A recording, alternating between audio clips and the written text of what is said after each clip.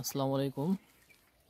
শীতের সকাল দেখেন, গত কিছুদিন যে গত দিন যে ভিডিওগুলো দিছি তার চাইতে কুয়াশা আজকে আরও বেশি, এতটাই বেশি যে আপনার একটা গাছ পর্যন্ত দেখা যাচ্ছে না, গাছের পাতা, দূরে মানুষ আসছে না কি আসছে কিছুই বোঝা যাচ্ছে না। আসলে সেই সময় কুয়াশা এরকমই হবে। দেখেন মারাত্মক, মানুষজন সবাই ঘুম এখনো ওঠেই না, কেউ ওঠে নাই। হয়তো বা দুই একটা মানুষ উঠছে, তারা তাদের কর্মে ব্যস্ত।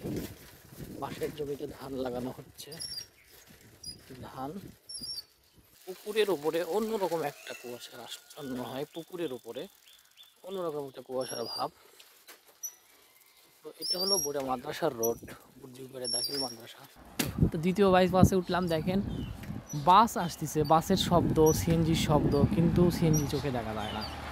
কি এক অবস্থা দেখেন, দ্বিতীয় বাইপাস বাস আসতেছে, ওই যে আলো দূর থেকে দেখা যায় কিন্তু আপনারা দেখতে পাবেন না। এটাই হলো শীতের একটা ভাব, কারণ শীতের এই সময় অনেক দূরের জিনিসও দেখা যায় না, যার কারণে আমরা নিজেরা কন্ট্রোলে না থাকলে অবশ্যই ব্রেক ফেলার শেষে হাসপাতালের বেডে।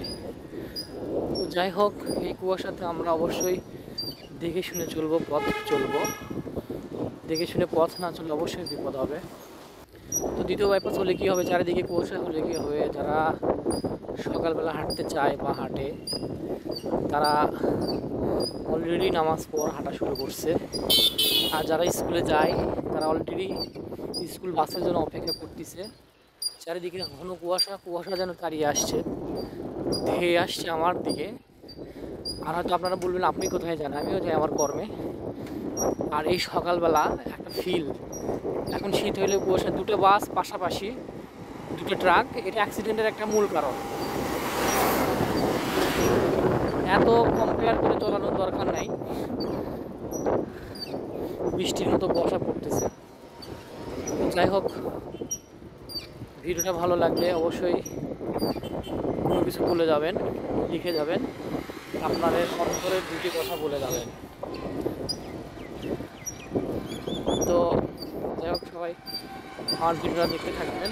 জায়গায় ফাঁকা জায়গায় আরও কুয়াশা, ফাঁকা জায়গায় আরও কুয়াশা, কিছুই দেখা যায় না, কুয়াশা যেন আমাকে ঢেকে দিচ্ছে। এই হলো অবস্থা। বাচ্চারা চলে আসছে, দেখেন স্কুলের ছাত্রীগুলো চলে আসছে,